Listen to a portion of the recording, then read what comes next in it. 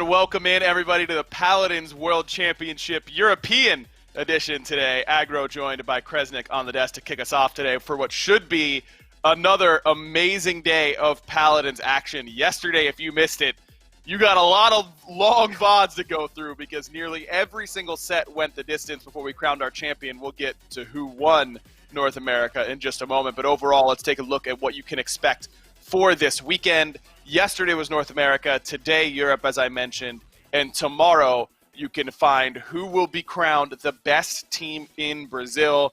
Kresnik, for everyone who missed yesterday, why don't you give us a quick recap of how a very, very competitive day went?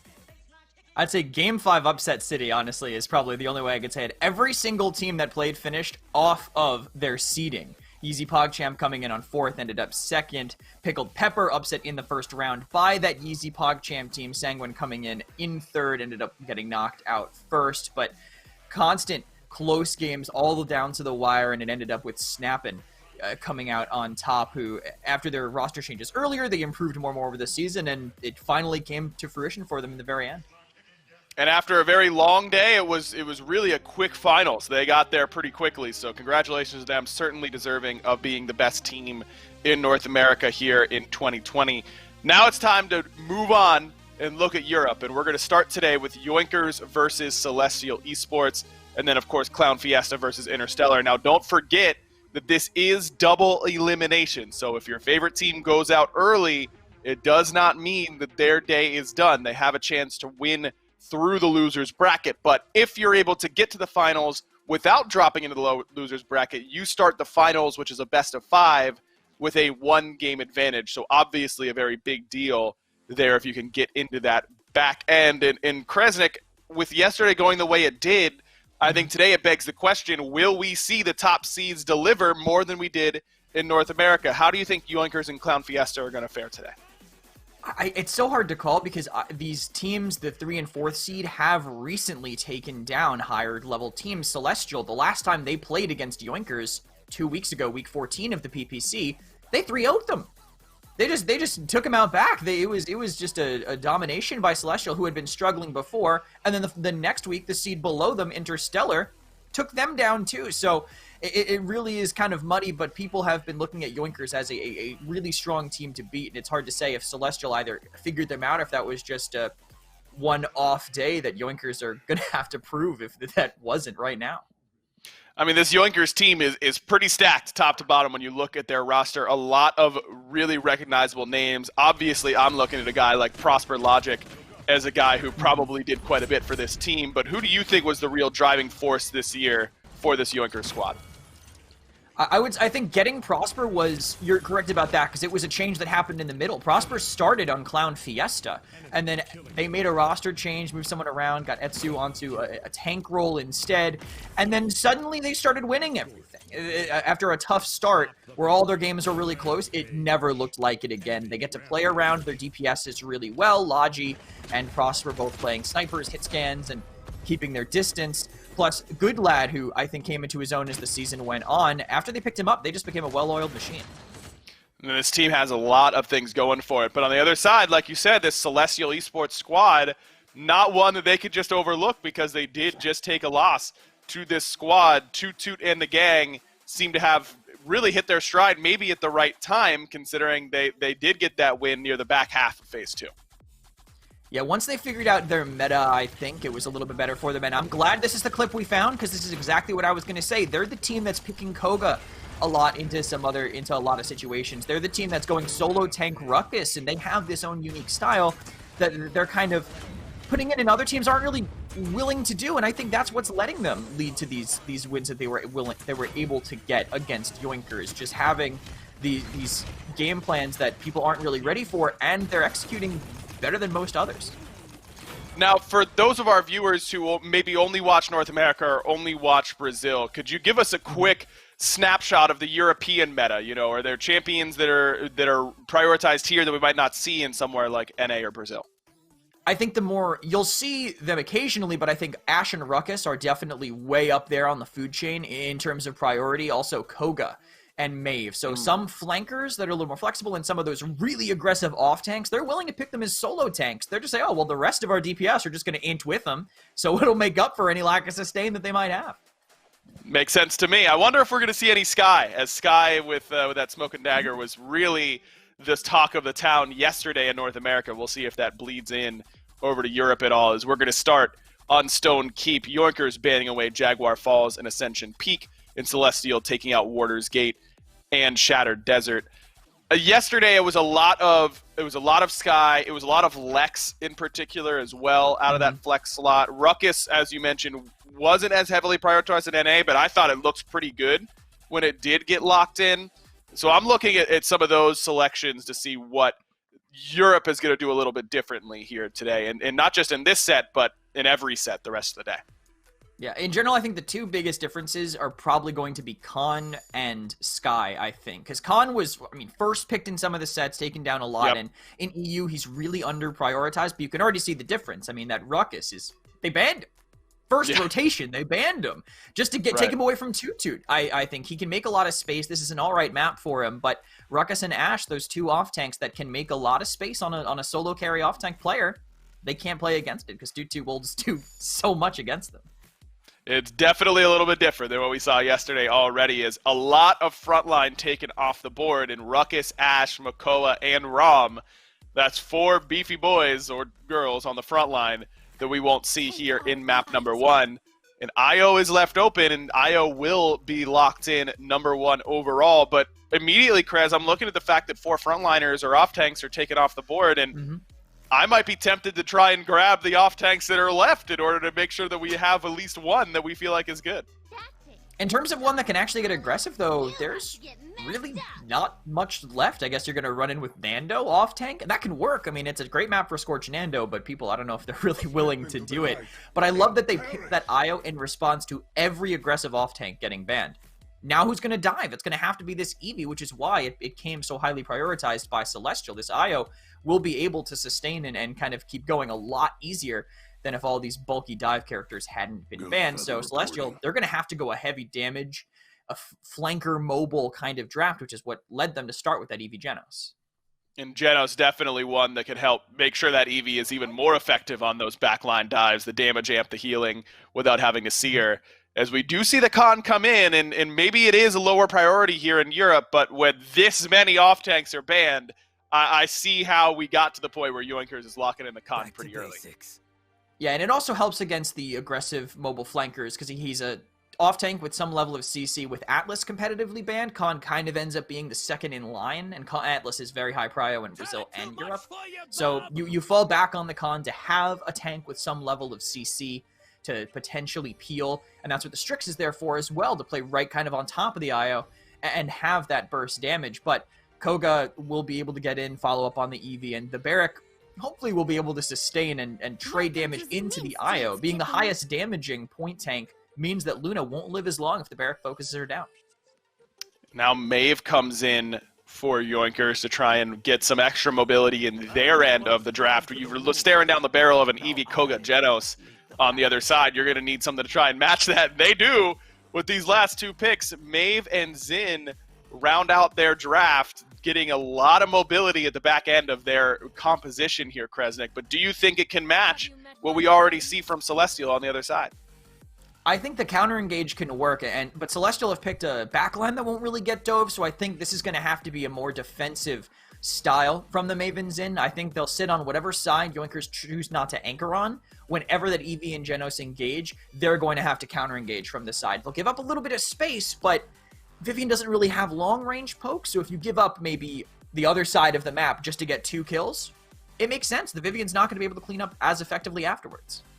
I feel like this Genos is going to be on the run, because who else do they have to hit really easily? Vivian's not exactly the easiest character to dive, and Eevee and Koga are going to be diving you and not in their own backline. Who do you think gets off to a good start here, Krez?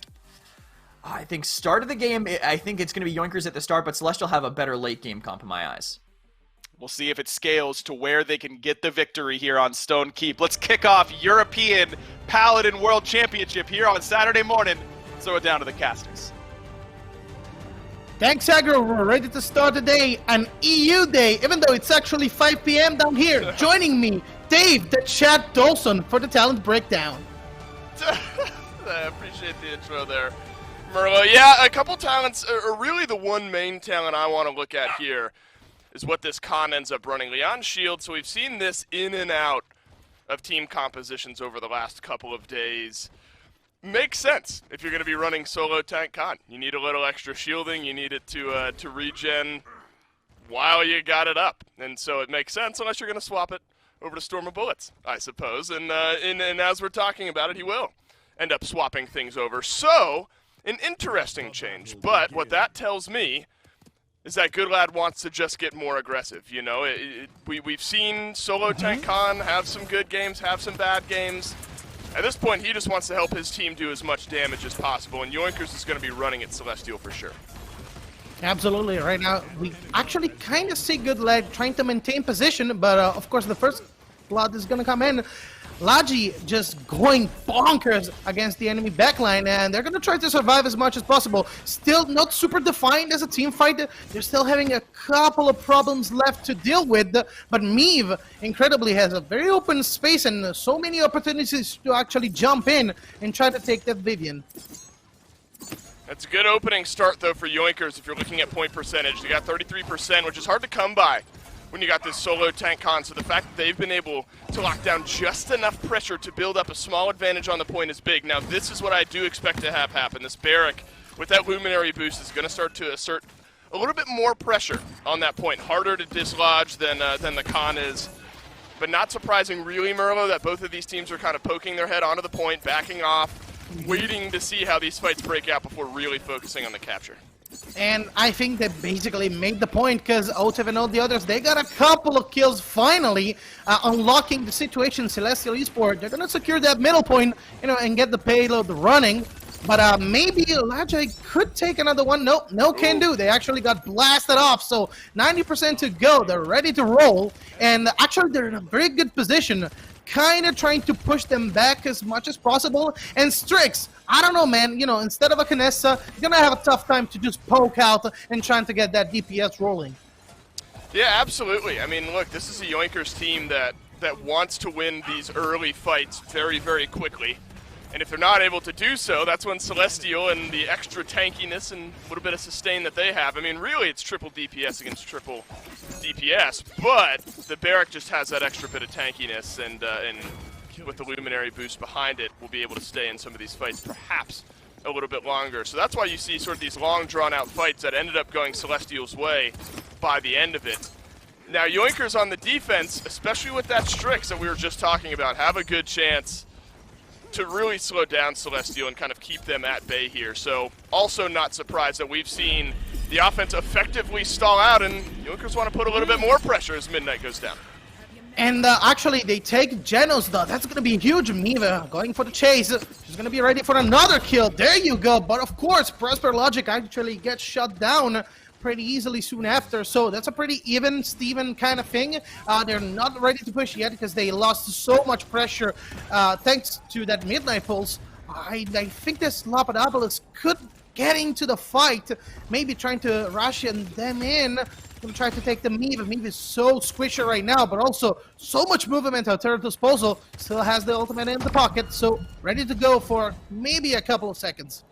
Yeah, this Koga pick is really one that's worked out for the Celestial team over the last few weeks, and you can see they are a good example of it. I mean, the ability to kind of out-duel a Maeve in a lot of those situations, ever so important, especially on the flanks, where this Maeve wants to live. And the extra verticality that Slapidopoulos has with this Koga is going to be very important, taking some of this high ground.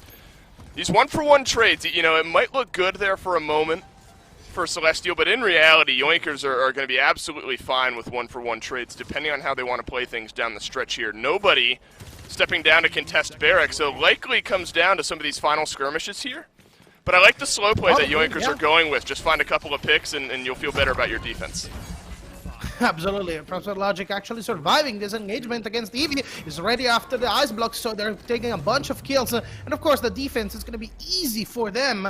Right now, situation seems to be once again even. As of course, Kristen told us before, probably Yoinkers are going to be better maybe into the late game. Etsu right now doing incredible job inside that backline, and also so easy for him to just get in and get out of those fights. It's really hard to counter him right now.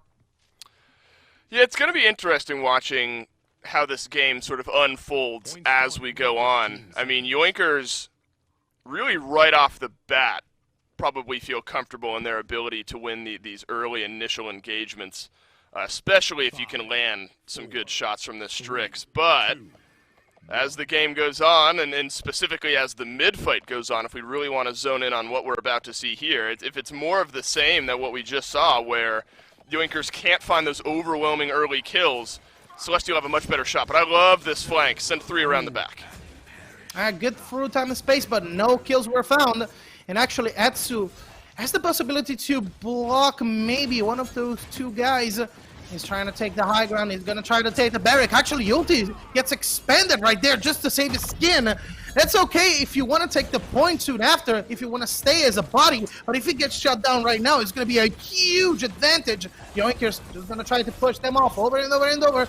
Of course, we see Khan Goodlad alone as a solo tank. It's going to be super hard, even though with the Lian Shield, you see he has no survivability because everybody can just shoot him from the high ground, you know, poke him out of his shield. And Selestial Esports, they're doing pretty great thanks to Otev unlocking the full situation. And the team fight potential they have is also pretty great. 39% to go, but it's not over yet. They're going to try to use that backup to get back onto the point and maybe set it straight. I don't know, maybe with a Prosper Logic kill, something like that, something could change. Yep. I'm not sure about it.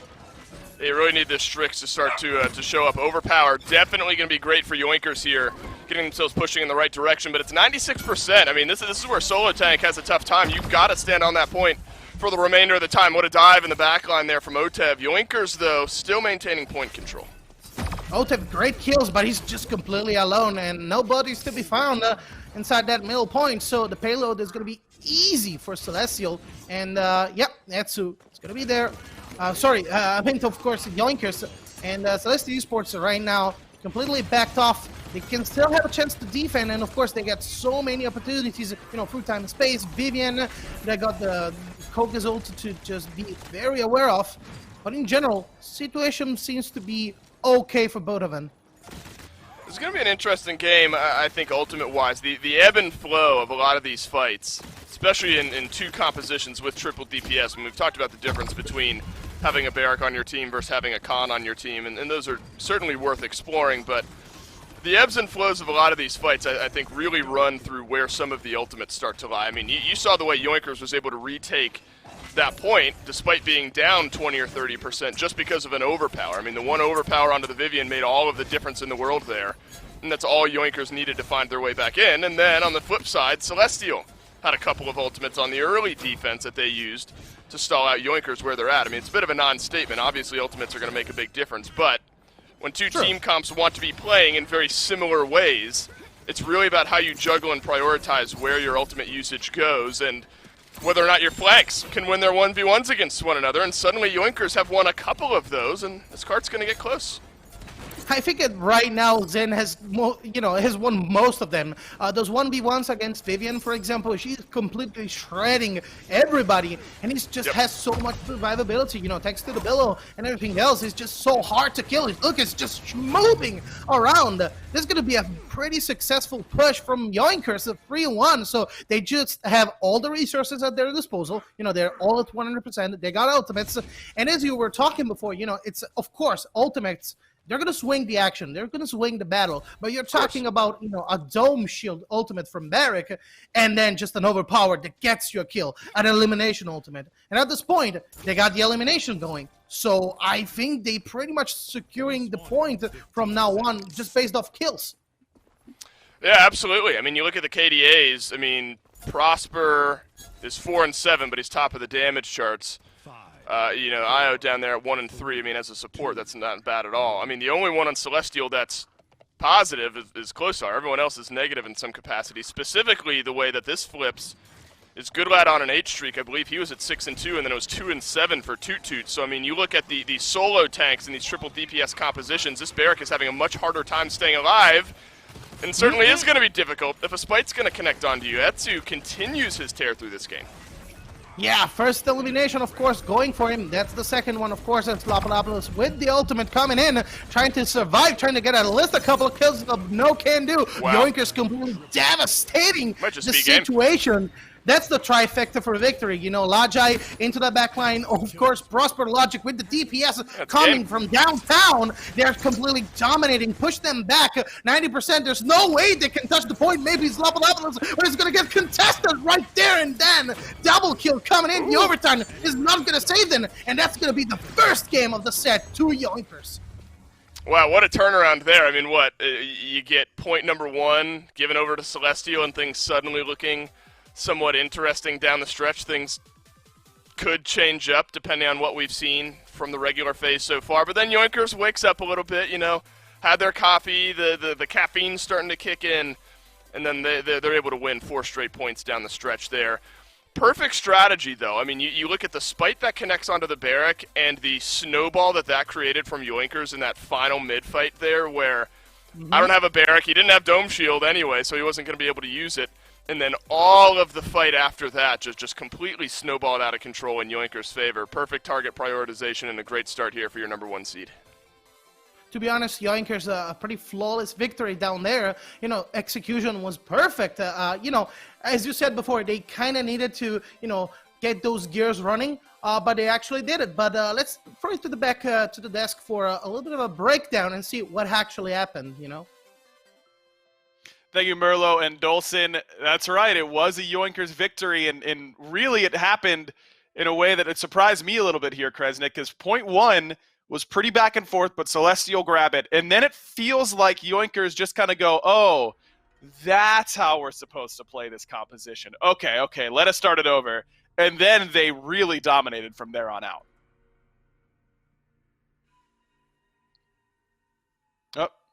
We gotta get it on mute there, Kresnik. Yeah, so we sorry can hear about that. There we go. You're good. Go ahead. Earlier, I never unmuted from that, but the part of it that I think undersold was the execute ultimates. I wasn't thinking about that as they were going into it, and that's really what happened at the start. Hey, guess what? They didn't have that, but Toot Toot had the worst possible time from that point forward. Honestly, trying to get in, he'll get guillotined as he tries to cap the point, or maybe they're getting overpowers on somebody else. And we saw when they were trying to contest earlier, even the IO stun that they have is enough to get an execute when you have 3 damage dealers. He goes to contest before he can even get his CC up, his shield up at all.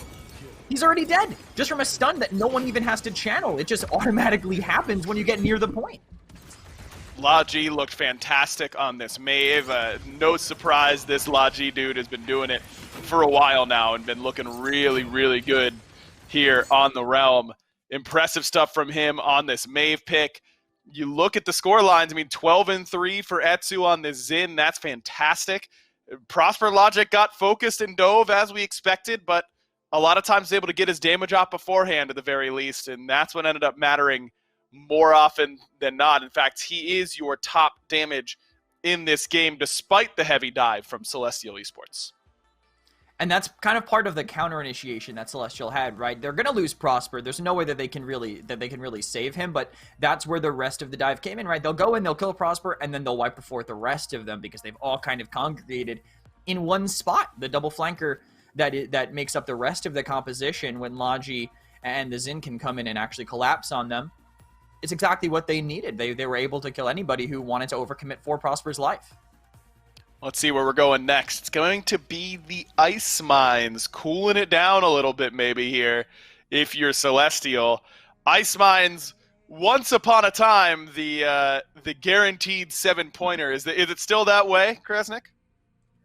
Some teams have figured it out. It comes down a lot to the draft. Now that once the map changed and they opened up that pathway in the middle, it's definitely become more capable, I think. You get stuck on mid walking through one choke point a lot less, but it could easily, if both teams have good ultimates, we're going to see them all be very conservative and hold it all just for that mid fight on the map. So ultimates is the thing that we should be focusing on here, and whether or not each team is drafting enough good ones. No Rom is going to be the call. Remember, last game it was a ton of frontliners banned, and then some IO prioritization, and then a little bit of extra con that maybe we didn't expect as much in Europe. No IO this time around for Yoinkers. That's banned by Celestial, which makes sense after the performance they just had on that fantastic healer. I actually usually like letting IO through on this map, so I'm kind of surprised that they do that. I say that purely because this is a map where you can play Dredge. All Dredge has to do is right-click vaguely in the area, in the same zip code as the Luna, and you'll be able to take it down and kind of stop the cap from happening. But they'll prioritize their healer instead. Corvus, he's solid for this map. Any healer that can heal through walls tends to be one that you want on a map that has so many choke points that you're going to have to commit through. So the healer doesn't have to do it, everyone else can kind of lead. But Yoinkers now are going to angle more towards the ultimate side of things. Zin's Guillotine, Corvus can't really out-heal the amount of damage that buffed up Spite is going to be able to do.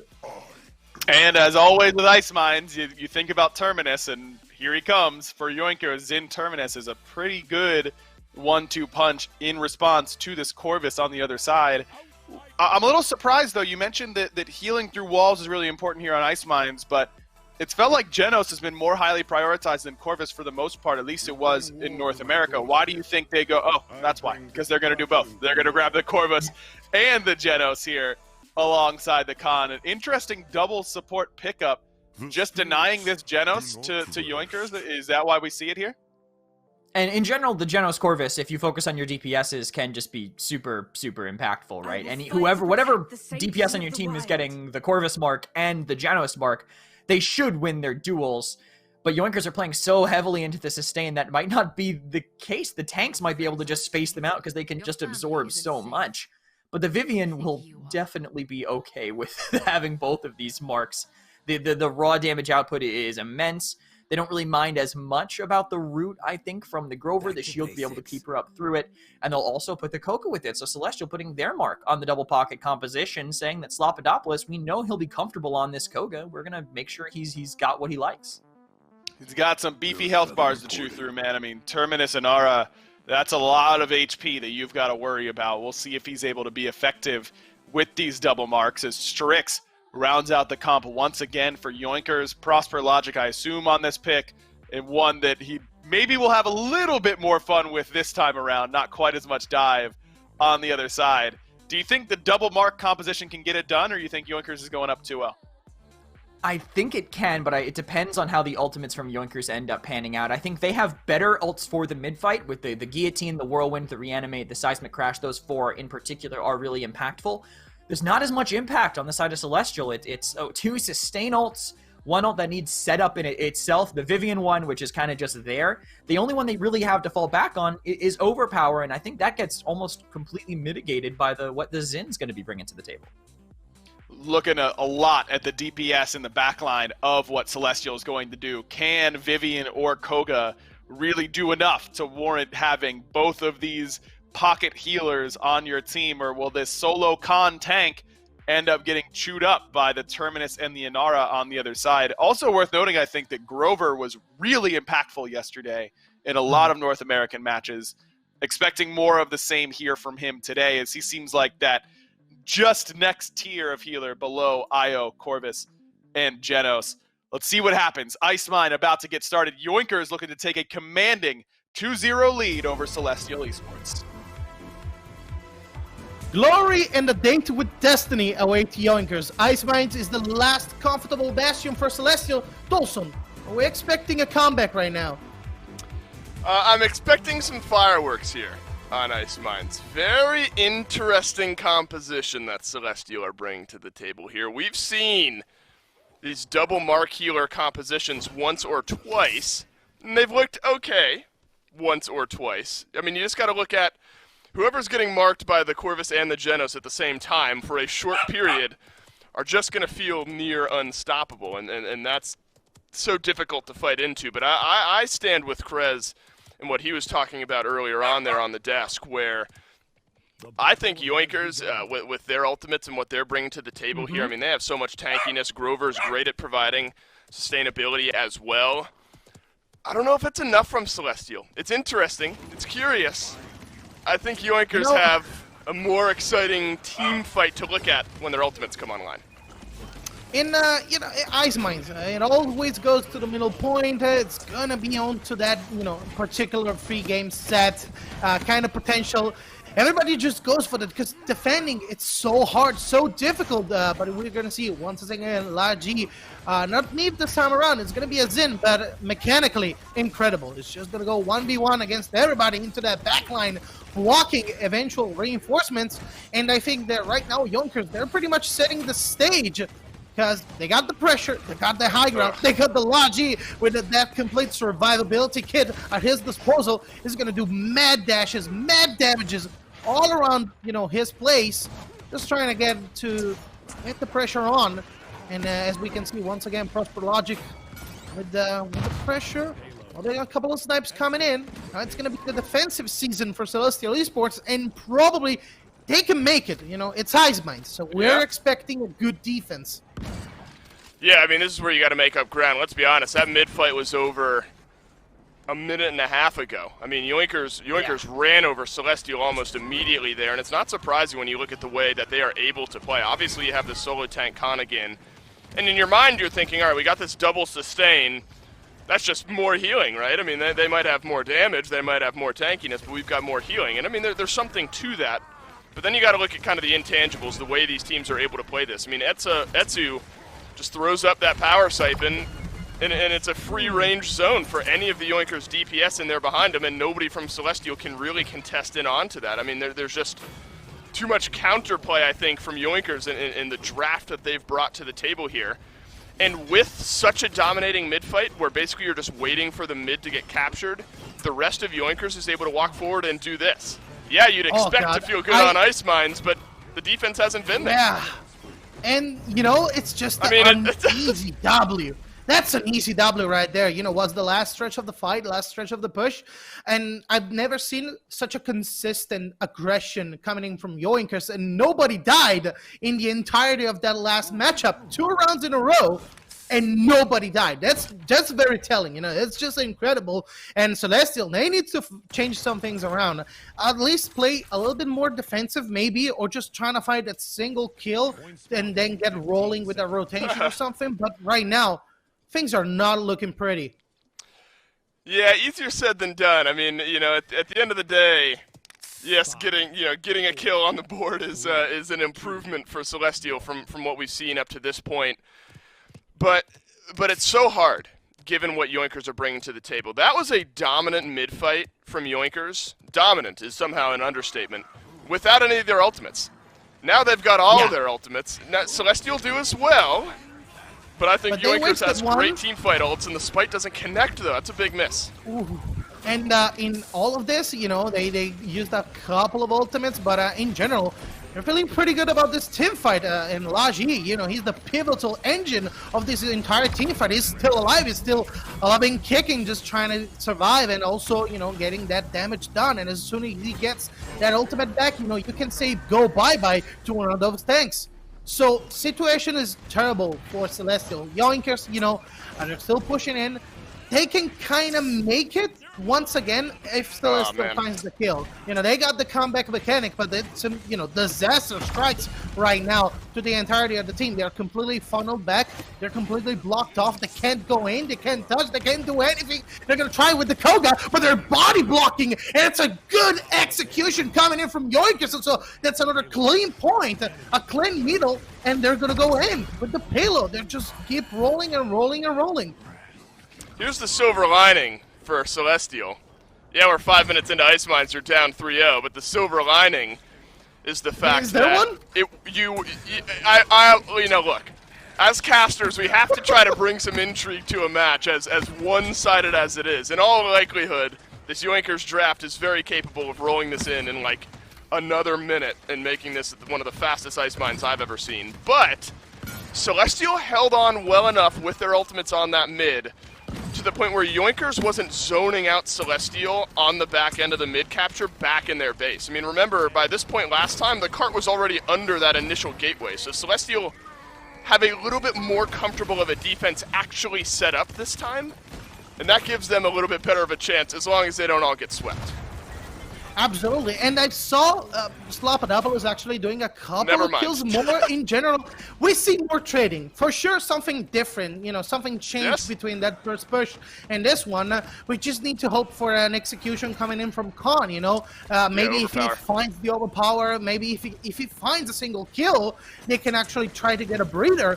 But yeah, Slopodopolis needs to be a little bit more safe, needs to be a little bit more intense with those actions inside the backline. And Otep, you know, is trying to put the DPS with the Vivian. He has a big shield, but it's not enough. And the thing is going to be annoying. And they got no CC. They don't have anything to actually try to counter that mobility. And I think this was pretty much said and done onto the draft phase. But they still got an opportunity, and they're finding kills right now. You know, not with the first one, but there you go. Guillotine coming in. Zing, you know, takes the tank. They got no sustain. They got nothing this time around. The box is going to be there. Yes, sure. Slopodopolis is going to try to do as much as possible, but he's completely alone, even though the respawn is right there. Luminary Otep actually swiped right back. Oh, that's a good comeback coming in from him, because he was completely uncontested with that ultimate. So they caught a breather. They actually got a nice defense going on. 50 seconds to go. We'll see. And you know what? I mean, Yoinkers, they're very close to rolling that one in, but you forgot about the Vivian, you know? You're killing everyone else on Celestial, and then the camera pans over, and Otep is chilling there with both Sentinels out, full HP. A massive, massive turn of events here. Does that give me confidence in Celestial in this mid-fight? TBD, you know, unsure. The spite was used there by Logi, perfectly well timed. If the game ended there, Toot wouldn't have had his overpower, or would still have had his overpower on cooldown as the game ended, so that would have been brutal. And look at the continued pressure of Yoinkers onto the solo tank Khan. 0-7. Toot had a very rough game in game 1, was eating a lot of the execute ultimates. He's doing the same here. Yoinkers has a very clear game plan. They say, if you're going to throw one tank at us, we're going to draft this Xin with Guillotine to effectively delete you. You don't have the Guillotine now, though, so I think really maybe for the first time in this set, or in this game so far, the initial ultimate advantage goes over to Celestial if you can hit that overpower and if the through time and space can find a pick. Absolutely. We saw the first time, though, that through time and space was not super successful. This time around, maybe some things can change, you know. Otep actually has the high ground, has a better position than last time. They're not getting pressured up. Oh, the overpower comes in, so Prosper logic is completely out the window. They got no DPS. It's going to be hard for them to actually try to contest so much swagger, so much action coming in from Celestial Esports. And remember, comeback mechanic is there. Even though they got 51%, that means nothing. They got the space, they got the pressure, they're going to block those mounts. So the reinforcements are not coming in. Closer actually gets another one on Prosper Logic. So pretty good fruit time and space right there. We actually didn't see on camera, but he got the kill.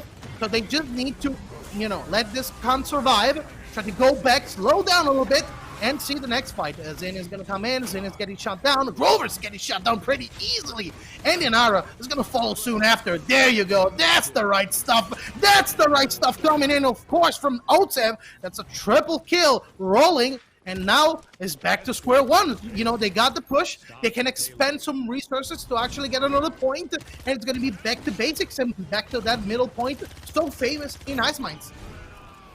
And look, the way that this game tilts is with, or the way this mid rather tilts is with those ultimates. You know, Yoinkers didn't have a lot that they were super happy about. Still waiting on the seismic crash to come off a cooldown. Spite, remember, was used to try to end the game just a moment ago. And without those immediate counters, Celestial was kind of able to operate under how they wanted to this entire game up to this point.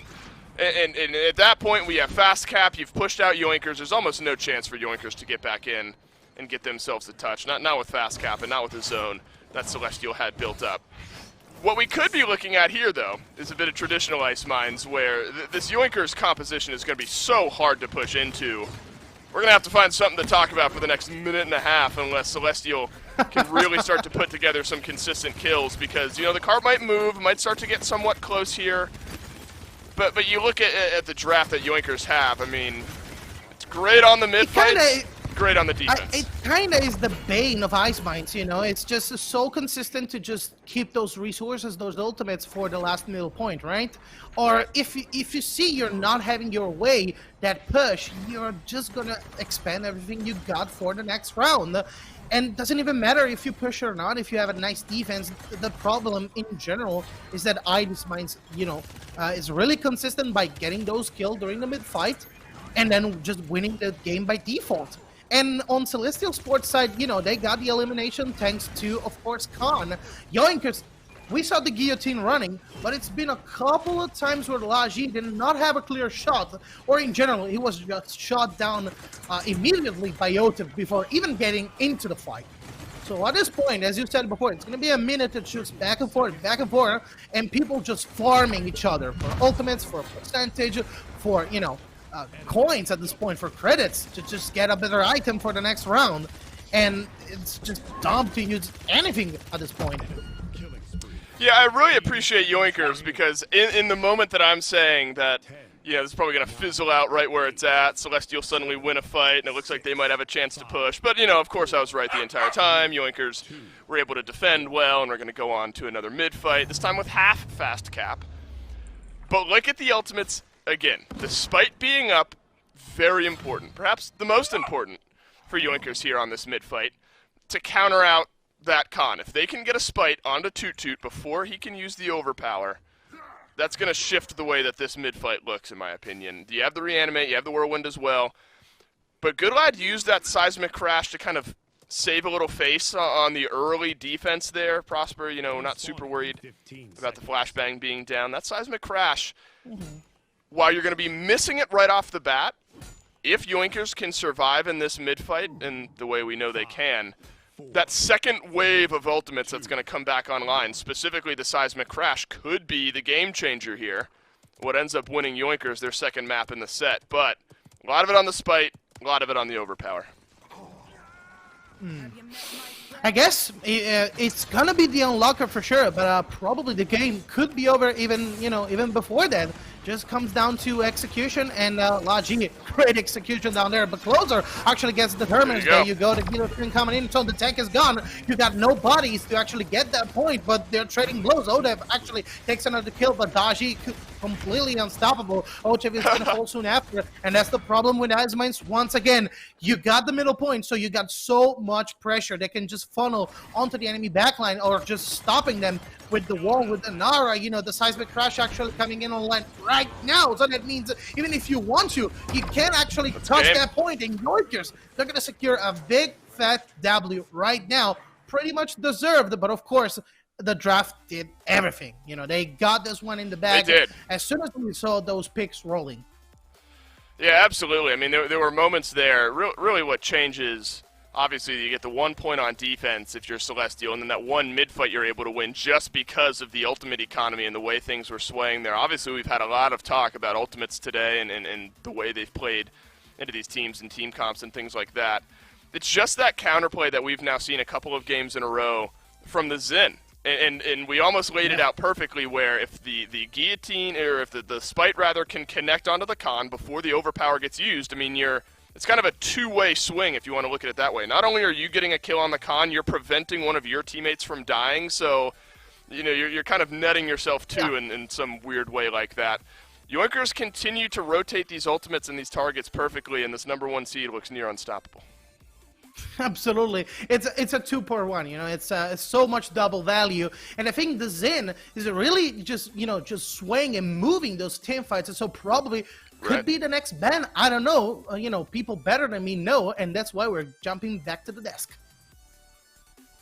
Thank you, guys. Another impressive performance there by Yoinkers on Ice Mines nets them a 2-0 victory so far, at least, over their opponents in Celestial Esports. Just one more to go if they want to complete the clean sweep. And Kresnik, that one looked pretty easy, frankly. I mean, sure, a good defense by Celestial, a point cap, but ultimately it was really Yoinkers in control the vast majority of that match. And I think the 2 tanks that they drafted ended up being a massive part of that. I mean, you look at the window side of the map anytime they wanted to hold it. Etsu was just running it down the entire time up there. Didn't let them sit anywhere comfortably, and having that space be made ended up making their ults a little bit better at the end of the day. They couldn't really have time to set up for them, and of course having Prosper on this Strix for that cleanup whenever they needed him was a big part of it too. They get forced out of the window, suddenly they're walking into a sniper sight line, and there's nowhere else they can really hide. Really, really impressive stuff by Prosper. Logi on this Xin was absolutely filthy, man. I mean, just getting in there, getting out of there, then right afterwards, and then diving right back in. He was fantastic on this selection. You heard Merlo and Dolson talking about whether or not this pick needs to be banned from Yoinkers at this point, because not only did Logi just pop off on it, but if you missed game one, it was Etsu who popped off on it. Clearly, Yoinkers really, really valuing the Xin. They top 2'd it this game. Yeah, it's a map for it. I think it's a great map for it because he has an execute ultimate, which is always going to be impactful, plus a lot of corners he can kind of run away around, and he even ends up at the end of the day out damaging Prosper on that Strix. So the Xin obviously a key part of what they wanted to do here. But Otev actually ends up top damaging in the whole game. That Vivian shooting into those 2 tanks helped them enough. I think Otev was the key member that got them to the 2 points they managed to get on this map. But you put 2 marks in a Vivian, you sacrifice having that secondary tank. You could see how much Toot struggled. He was 1 in 11 as that game went on. That con, even with the overpower, we saw that one at the end of the game. He just delivered Prosper to his own backline. He just threw Prosper back there and let him get a double kill, ruining any chances to counterfight. Yeah, I mean, we were talking so much about that double mark, and Otev also had that one big defense where it looked like we might just be over and real quickly there with a 4-0. Came up with a big triple kill to extend the game, but ultimately not quite enough. Next is Splitstone Quarry. Now, this is absolutely Celestial Esports pick, because now we're past the first 2 maps. Splitstone, I mean, at this point, maybe I'm picking something where Xin isn't that good. How does Xin fare on Splitstone Quarry? Depends on how your team is playing, I think. If you play an outside of Quarry kind of poke composition into the Xin, then you can kind of keep your distance. He doesn't really have verticality. He does if he uses his ult, but if he's picking Guillotine and he's using his ult just to dash up, that's a win. That's a win. You're not dying. It's already progress on your side. But they're going to keep banning the ROM, just aiming towards that off-tank style of play. Get rid of that from Good Lad, so they'll strike back right away. Ruckus is amazing on this map, so Yoinkers have to make sure 2-2 doesn't get it here. Yeah, it makes a lot of sense, and Ruckus has been one of those picks in Europe to watch out for. As there goes Ashe again. Ruckus Ashe have really not been allowed to see play so far here in this one, but Makoa left open. I was going to say there's definitely a tank that has been banned that is now not banned, and Makoa is the call right away for Celestial Esports. Makoa is so good if you play inside a Quarry on this map. You just sit, plop yourself down, drop that half shell. They can't really poke you. You can go for hooks on anyone who tries to actually peek you. Celestial, just on the rest of this draft, whatever's not going to be hunkering down in Quarry has to be vertical. I think that's the biggest problem we saw with Pickled Pepper yesterday. They just all sat inside and they lost all their space. They have to at least contest outside a little bit. But whatever DPS are going to do that is not going to have a great matchup with Corvus and Genos getting picked up on the other side. I expect a lot of flankers to be coming out of Yoinkers to end this out. Really, really interesting that that's happened now 2 maps in a row where a team takes both. But it wasn't like this last time. Yoinkers just lock in both top-tier healers that are left open with the IO banned. Something a little bit interesting is Strix and Eevee get locked in on the other side. Good verticality, of course, coming from that Eevee, and also probably a character that they didn't want to see get double-marked on the other side, so it makes sense to me. But I don't know how much better playing against Maeve with 2 marks really is at the end of the day. Yeah, Maeve historically can beat Eevee in a 1v1, and I think with the double mark, it makes it even easier for them. And Yoinkers, they go right into those vertical flankers. Andro, another great pickup for them. Their map control is going to be immense around that Quarry side of the map, but they're going to have to worry about the Strix that's going to be watching them. There's really no one to pair with that Makoa inside now, so they're going to just be dueling these DPSs, basically, and they're going to be getting healed by a Damba, which is actually a little surprising to me to see that go over the Grover on this map. I do like the roots, and I think he can heal the majority of it, but I know EU doesn't really like to lean on Grover outside of his specific maps, and they'll take that Xin away on their own side by getting him and using the execute for whatever solo tank Yoinkers end up with. It makes sense. They're only going to have one frontliner to deal with at this point because I can't imagine that Yoinkers is going to go any other way than with a frontliner here. Barrick has been really, really popular when given the opportunity to show up. Terminus still open, Inara still open, and it's going to be the final one there in that Inara. Definitely the one that I feel like can withstand the most punishment, but can she withstand enough punishment as the only tank here for Yoinkers?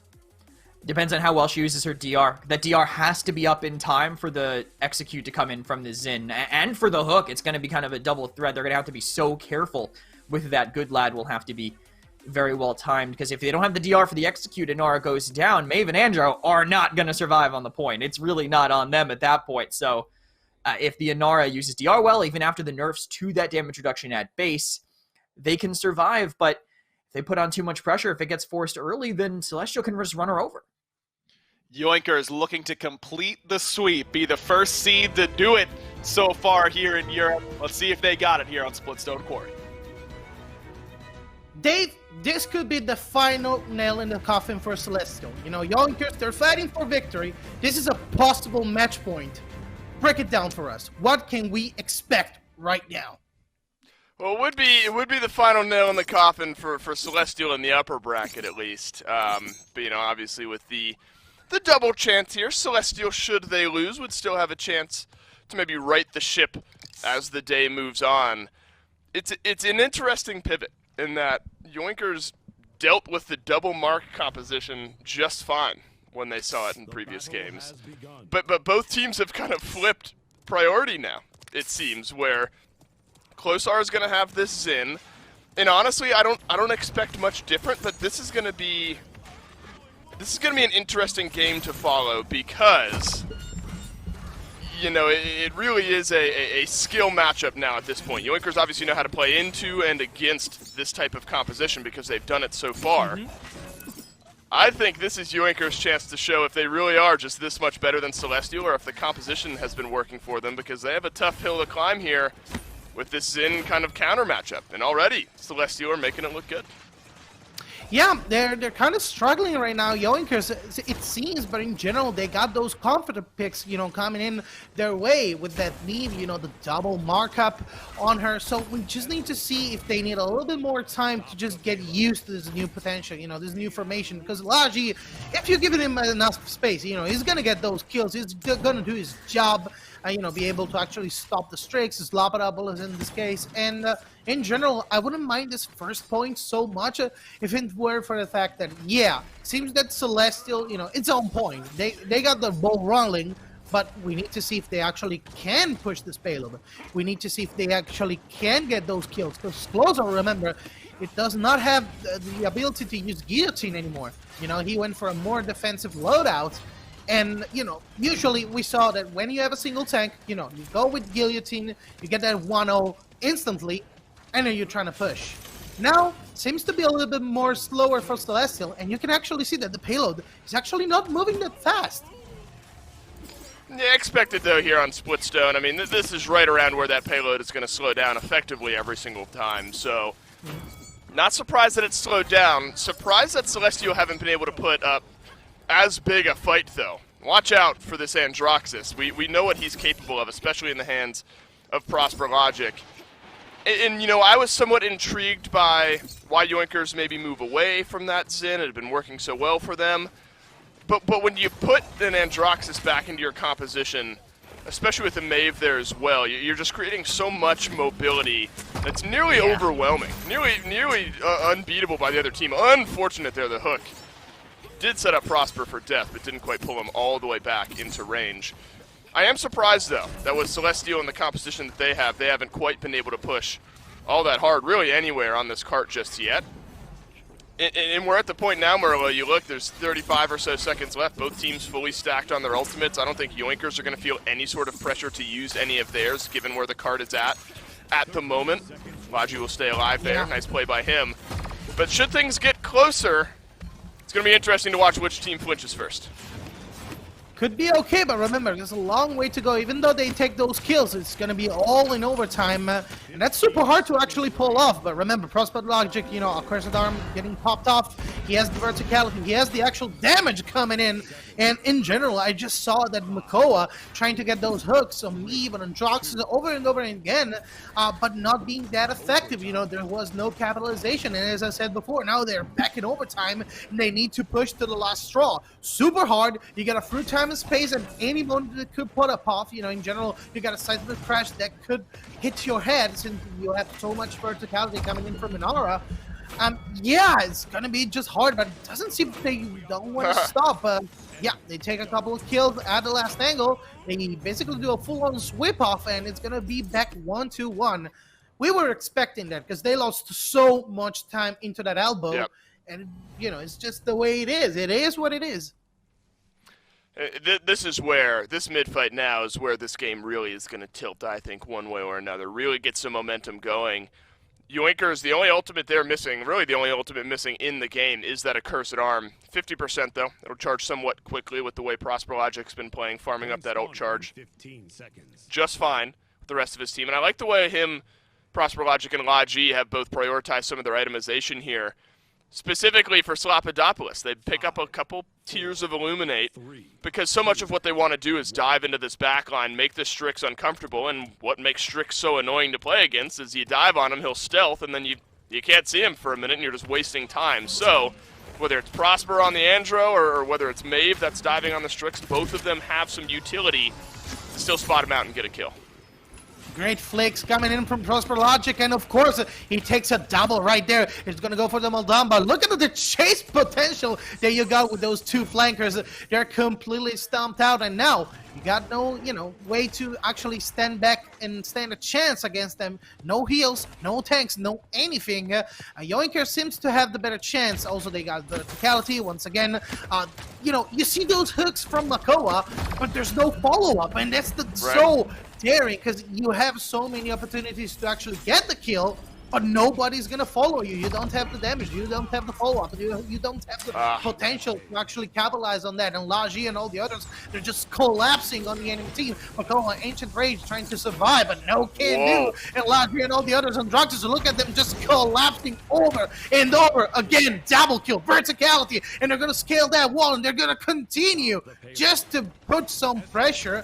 And I think they'll also gonna go to the offense because right now they're just taking kills, and the enemy team is just following themselves, you know, trying to defend. It's not the right strategy. They need to take a step back. They need to organize. They need to regroup and reload.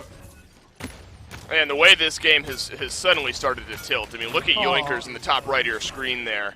5 of them burning away on streaks. 4 of them, excuse me, burning away on streaks. 3 of those 4 in the double digits. Now it is 5, as a matter of fact. This is getting worrisome for Celestial. You're hoping that this Ice Storm that's just come back and the Dread Serpent can buy you a little bit of time. But Yoinkers have really just shifted things into gear, kind of figured out how they want to play this matchup. They've isolated a lot of the targets that they've looked for. Closar lost a 1v1 against Laji back on that mid-fight. That was massive as well. This Maeve has been hitting those daggers, hitting the executes exactly in the way that Yoinkers need. It's these moments here where you need to be able to trade out 1-for-1, and luckily Xenos is there and he's able to do so. Otherwise, Yoinkers would have made up a lot of ground, and this cart might not have stopped on its way in there. That's a nice wall. Goodbye, 2-2, and suddenly Yoinkers has some momentum. It's not, you know, it was like, I'm not stuck with you, you know, you're stuck with me. I got the wall, I got the damage, baby. And the problem that I saw from Celestial, they just went 1 by 1 and they got picked up pretty easily by Prosper Logic. And that's something you definitely don't want to do because he was just going on a streak, like just popping off those shots over and over again. And now, 1 minute left to go. Couple of inches left to just roll that card in, roll that payload for a clean 3-0 as a set, and it's done. And there's not really a chance that you can do. There's not really that much you can do to actually block Prosper Logic, you know, because your main DPS Strix is going to get pressured out. And I don't see any foreseeable future where they can actually win this defense. But, you know, McCoy is the next one to go. Tolaji is still incredible. They're taking control of the side lanes. Close are the next one to go. Strix is going to try for sure, but is there going to be a body who's actually stopping the car? Yeah, Meave at this point, and all the others that just barraging through. And even though you have a nice block with Eevee, it's what, like 2 seconds? You can block 2 seconds of a push. It's a 3-2-1, but you know, it's a very worrying trend. Celestial Esports, they need to think of something fast to get back into the action. Yeah, I mean, really at this point, I'm racking my brain trying to think about what that really even is. I mean, you don't have the Dread Serpent, Flashbang, you know, kind of by the wayside. But you look at the 4 and 8 on Slopodopoulos, that tells so much of the story that we've been laying out here, where everyone on Yoinkers is on a streak except for the 2 damage dealers, and that's exactly how you would expect it to be, because Prosper and Logi are going to soar their way in with the double boost from the Genos and the Corvus. They're at least going to find a kill, hopefully 2, and they're fine with taking those trades. And the rest of Yoinkers is just chilling throughout the rest of the fight, accepting the fact that the 2 flanks are getting most of the damage and most of the killing done. So this Yoinkers team is playing this composition near perfectly. Celestial, they've got to make these ultimates stick to have a chance. And it's just all that, you know, it's going to pick a little bit. He has the possibility to maybe go in, run an ultimate, and try to stop him. But look at Prosper Logic. He's so confident to just go into the enemy base with Meave and just, you know, set the action. And they're actually doing it. They got control of the main lanes, side lanes. They got everything under control. Even though Prosper is dead, look at how much time they actually bought the team. That's a lot of tempo. That's 72% that is not going away. Slopodopoulos takes a kill against Inara, and all the others, you know, there's a little bit of a comeback coming in. Comeback mechanic for sure, but we've seen the better team, we've seen the better aggression, and in general, the credits are flowing through Prosper Logic and all the others, you know. They just need to buy a little bit more cauterize, you know, just get those items online at level 3, and it's pretty much done, even though we're falling to the third point. But as you can see, contesting going on, there's an overtime coming in from Celestial. Makoa takes another hook, and it actually can finally capitalize on that single action. They got the payload, for sure, but we saw the worrying trend. We saw how much Prosper Logic and Logi are able to just go in, take a kill, go out. I mean, this mid-fight is won by OTEV, and then the response from Celestial. We talked about and wondered about, well, how is Celestial going to come back in this game? How's Celestial going to be able to turn things around? Well, so much of what's been going wrong, remember, has been this backline dive. OTEV decides he's going to do it on his own. He dives into the Yoinkers base. 3 members of Yoinkers turn around and deal with him, and OTEV doesn't die. He takes one with him, and then the rest of Celestial is there for a follow-up, and everything just rolled on out of control from that point on. So that's a miraculous play by OTEV to give Celestial a chance, and then great follow-up there from the rest of his team, and then Fastcat being on your side obviously is really going to seal the deal. But sometimes it takes getting creative with the way you're rotating and the way you're playing, and that's what Celestial does there on the mid. Obviously no point to gain here for Yoinkers, but you'd like to prevent this one from going into a 3-3 mid fight in just a moment if you're able. Minute and 20 seconds left though. This cart's gotten close. This is one of the more interesting points to look at as far as ultimates and whether or not you want to use them, because Yoinkers, obviously you want to keep things from going to a 0.7, but you don't lose the game if this goes in. Celestial, you don't lose the game if this doesn't go in. So you know, neither team I don't think necessarily feels pressure, but Celestial I think would definitely feel comfortable, maybe a little bit more comfortable if they're able just to spend, you know, a flashbang, maybe a Dread Serpent here in the next 10 or so seconds. Some of those ultimates that are going to charge quickly, we might see, but I wouldn't be surprised if we go into the next mid with everything. Absolutely. I mean, I wouldn't have said better myself. At this point, even though you're trying to use that ultimate and you know, you spend some resources to just get in, is just not important. And as you can see also in general, we're not really focusing on the action because this point is meaningless. Yes, it's a little bit more for Celestial. They go free on free. They have the possibility to actually win a game for their set. True. But for Yoinkers, they can just play nice and slow, you know, refresh a little bit, kind of just just go on autopilot and then move into the next middle point with everything popped off, with everything online, and trying to make, the move, the sweep to actually take that point and win the ultimate victory. In general, I would say that I saw from Toot better hooks. And the capitalization in general, the follow-up was there. Because, of course, Otev was kind of onto the same page as Toot for most of the time. So they were much more effective. They just need to keep doing that. Better hooks, better angles, better position. Okay, we got one Papa kill. John's. You got two. Yeah, exactly. As soon as you have 2 kills in a row, you're pretty much good to go. Yeah, look, Toot it plays a pivotal role against what Yoinkers are bringing to the table here, especially with really all of what we've talked about has been Prosper, Logic, and Logi, and those hooks locking them in until the last couple of points haven't necessarily been there. So the fact that has turned around suddenly has given Celestial a much better chance at coming back in this game. It's really on Yoinkers now to adapt to where we think Otev might try to bring things here. Watch out for that Eevee already sweeping around the right-hand side, but great opening kill for Yoinkers. Of course, but he actually doesn't take the kill, and Prosper Logic is going to just trade, and it's going to be a 2-for-1. That's a lot of pressure that you actually want to take, and Prosper, even though he had a fear on him, he's still alive and kicking, so that's just a huge plus for him. They just need to find a better angle once again. Toot is going to take the Inara, but Prosper still alive and kicking, is just dealing out the pain, dishing out damage, and he has that verticality, so you're never going to contest him. And at this point, Yoinkers, they got the point, they got those kills, they got the pressure, and what do? You got 2 flankers, you have the verticality, you can scoop over that wall, and block him.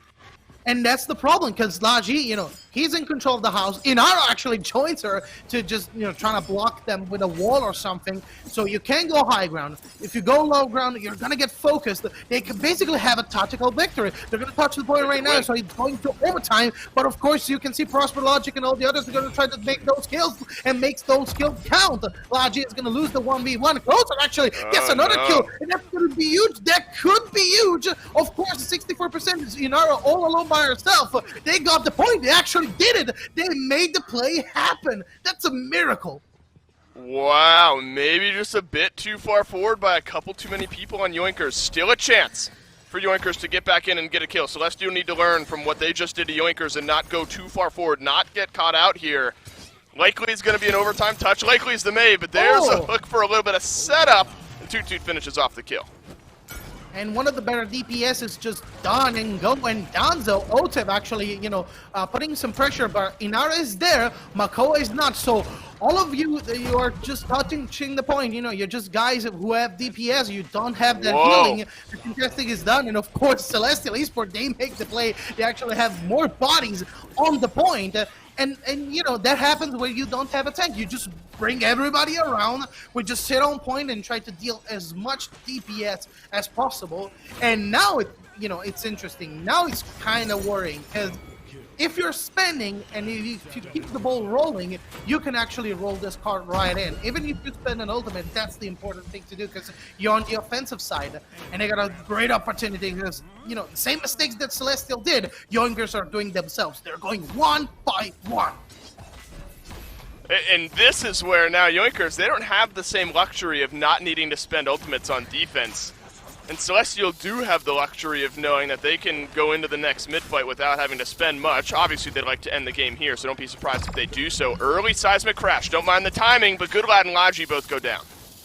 And also, they got the fear from Moldama, and there you go. They're still contesting on the point. It's going to roll in so easy. Watch out for Celestial. They actually got themselves a victory. Just barely surviving this Stone Keep game. That was huge. That was kind of worrying for a couple of times, but that's good. It's a very positive mental state to be in. We won a game, guys. We can do it. We can actually do a full-on sweep, a full-on comeback reversal, and that's exactly what they need right now. I think likely, the mindset is absolutely a lot of that. We're feeling good now. We've got to win on Splitstone Quarry. We're focusing on the next game probably, instead of the fact that we need to win 2 more straight against this Yoinkers team that's looked very, very good here today. I think Otev wins near MVP there in that game, the way that he turned things around. Toot as well. Tutu's had a brutal setup to this point. He's eaten all those execute ultimates. Much better looking on the Makoa there down the stretch. Probably won't be positive in the KDA department, but definitely did some work for his team there and helped Celestial get a win. Yeah, by the way, guys, don't go anywhere. Don't lose your hair. We're going to be right back down here on this channel. Just a little break, you know?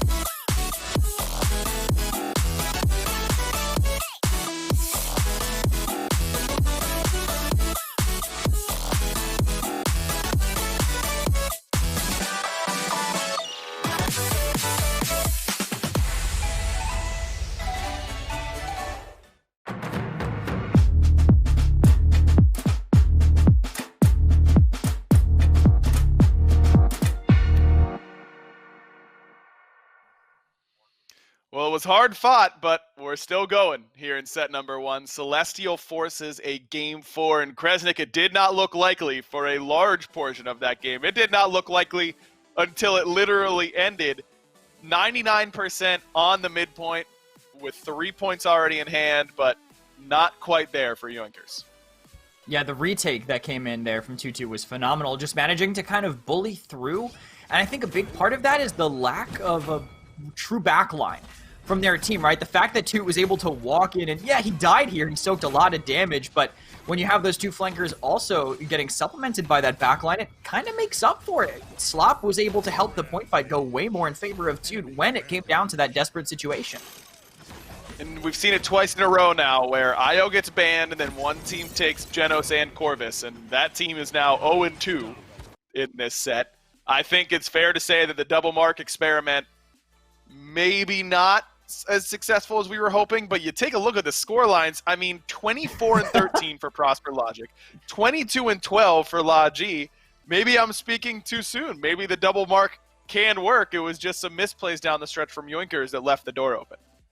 No, I think 46 and 25 isn't anywhere near what you want from your DPS in a game like this. But no, it can work, right? But you are really putting everything in one basket. You're saying, all right, flankers carry the game, and when you make mistakes like letting a Makoa walk in the path that he was able to take, right? He just came right through lower house, just waddled to point, dropped a half shell on the way as a gift, if anything, and manages to find that overtime. You have to be kind of aware and on top of things because you don't have the leeway of that second tank that's just going to plod his way over to the off lane and kind of keep his head on a swivel to cover up mistakes that you would make like that.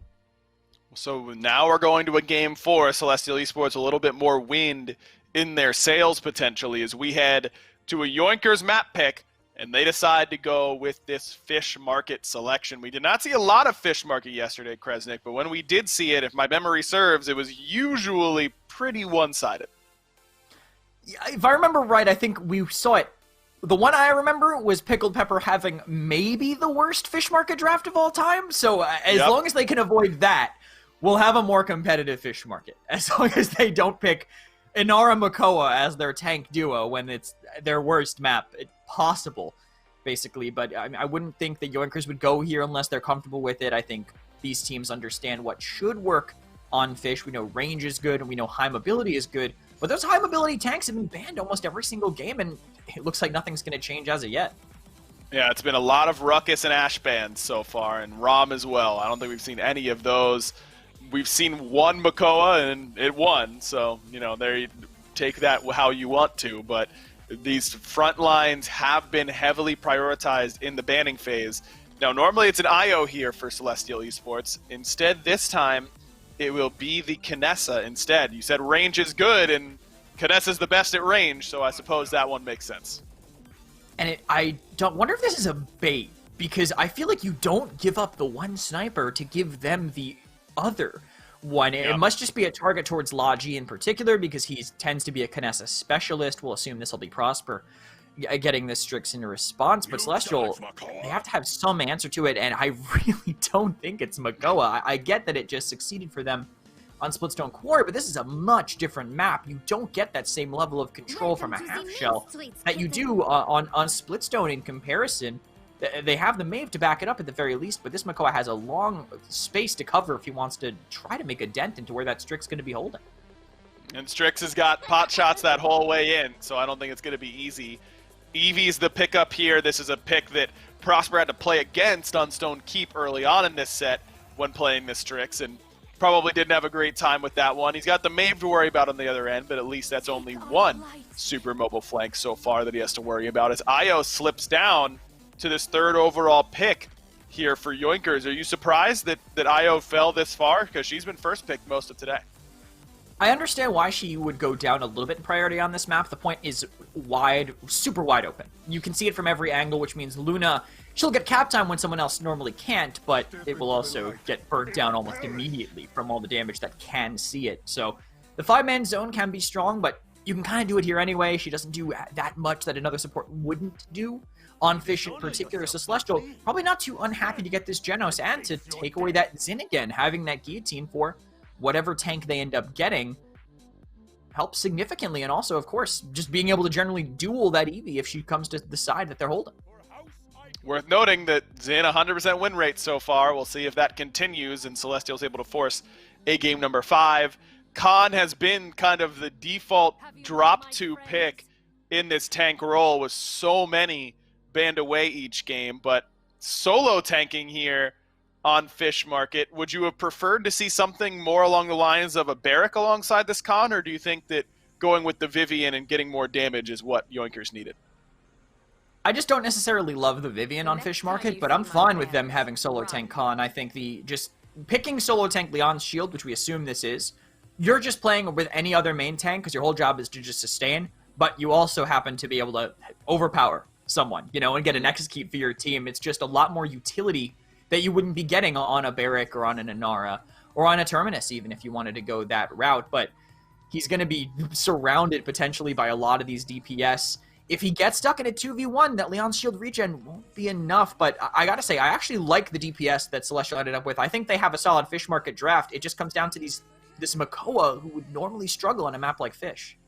Yeah, I was going to say that this draft just seems pretty decent except for this Makoa, which seems to be that question mark. We'll find out the answer pretty shortly. Game 4 getting started. Yoinkers trying to move on to the semifinals. Got to win here on Fish Market. Celestial, a chance for survival, but on your Yoinkers turf now, so joining me, Dave, Incredible Facial Bone Anatomy, Dolson, with a lowdown breakdown. You know, what a beautiful, beautiful specimen. Are you talking about me? Yeah.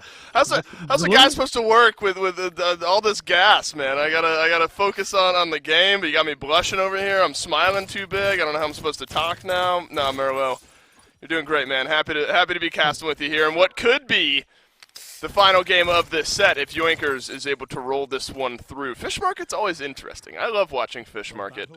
Just the way these drafts kind of break down. And this is more even footing as far as compositions go than we've seen in some of the other games up to this point. I mean, both teams, one dedicated healer, both teams 3 DPSs, but I think on Fish Market, this IO might be a big difference maker. If you can kill off the IO, Slapodopoulos does there, great start. Yeah. But Luna being on the point is really going to be helpful on a map where you don't necessarily want to be standing on the point all that often.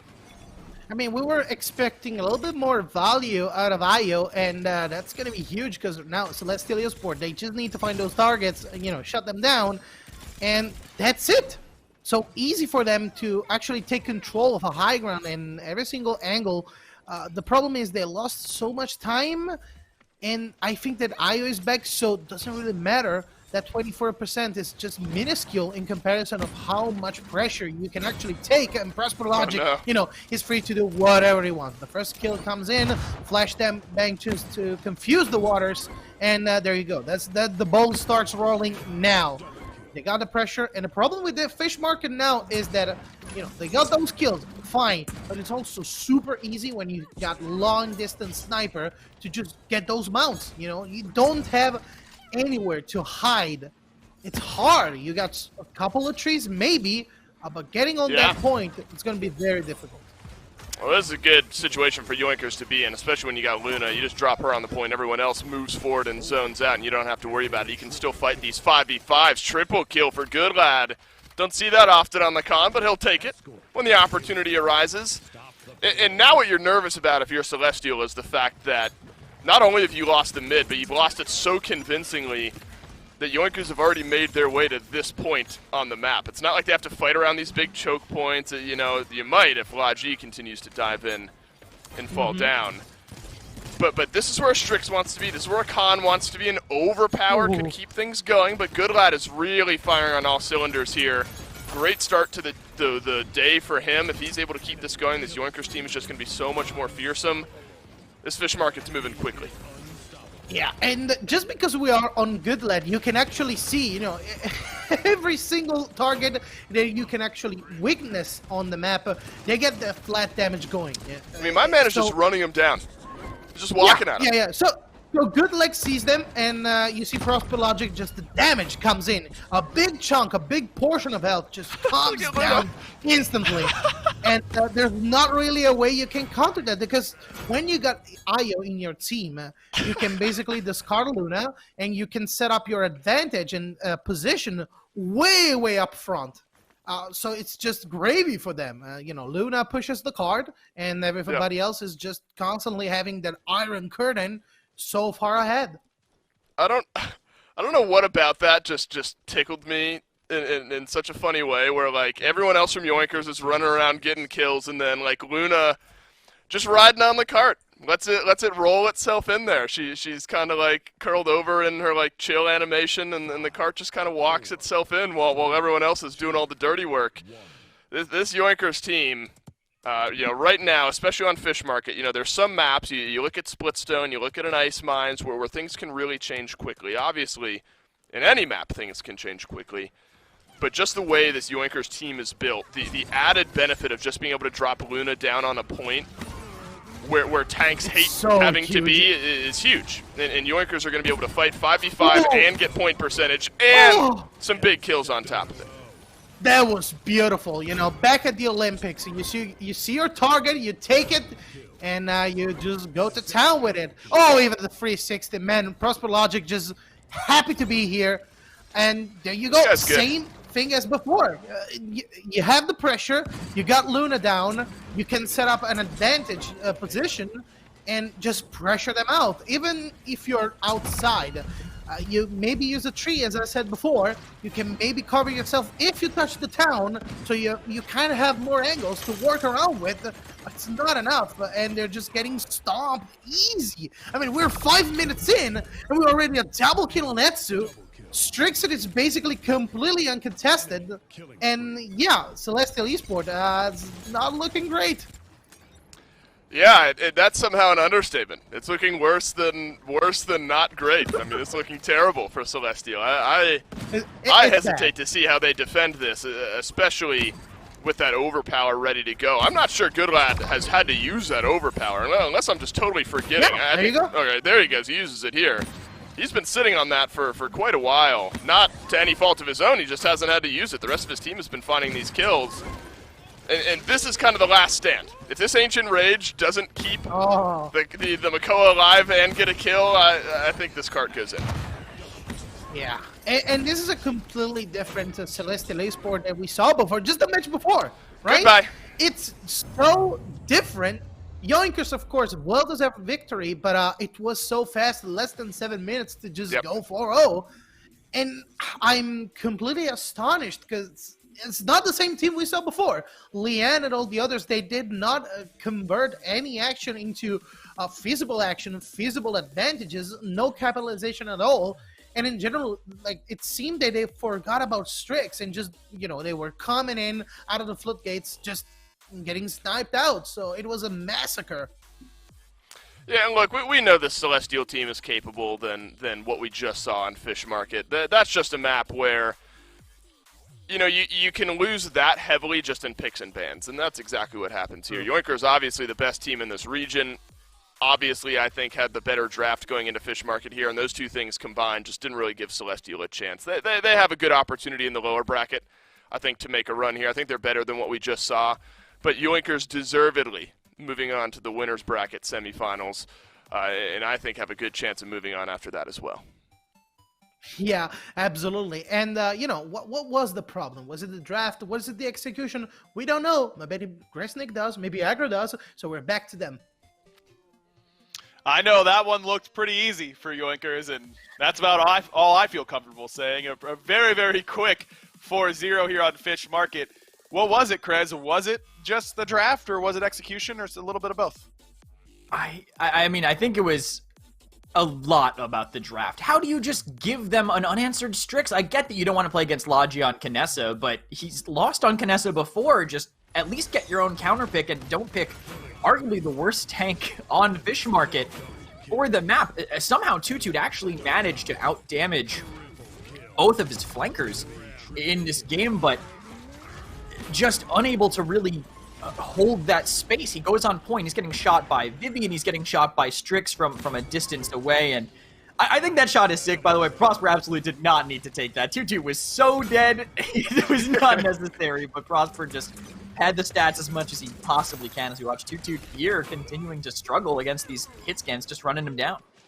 Yeah, it was really, really one-sided in this one. I mean, every single point fight felt like it was over instantly, and then it was just a few moments of Yoinkers chasing Celestial into their base and just taking practice shots on them the entire time, just like this. Impressive from Yoinkers, without a doubt.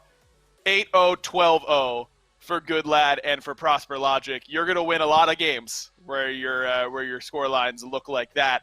On the other side, 0-8 for Otev, 0-6 for Toot Toot. You are not going to win a lot of games with score lines like that.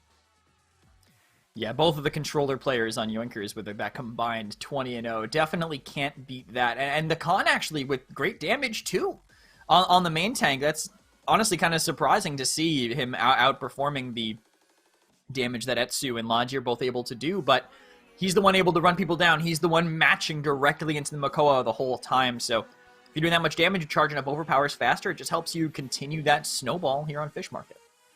Impressive stuff here from Yoinkers. Celestial, if you're a fan of them, good news, their day is not done. They have to await the loser of our next set, which is going to be Clown Fiesta up against Interstellar. The winner moves on to the semifinals and faces off against this Yoinkers team that looks pretty difficult to stop as long as they don't do what they did on Ice Mines, where they had a little bit of a lapse in judgment for a little bit. Clown Fiesta up against Interstellar, another matchup somewhat similar to this one, where Clown Fiesta, obviously a great record. We'll see if they can make that record actually translate into PWC performance, as we've seen that is not always a guarantee, at least it was in North America. Make sure you guys stay tuned. We'll be right back with the next matchup.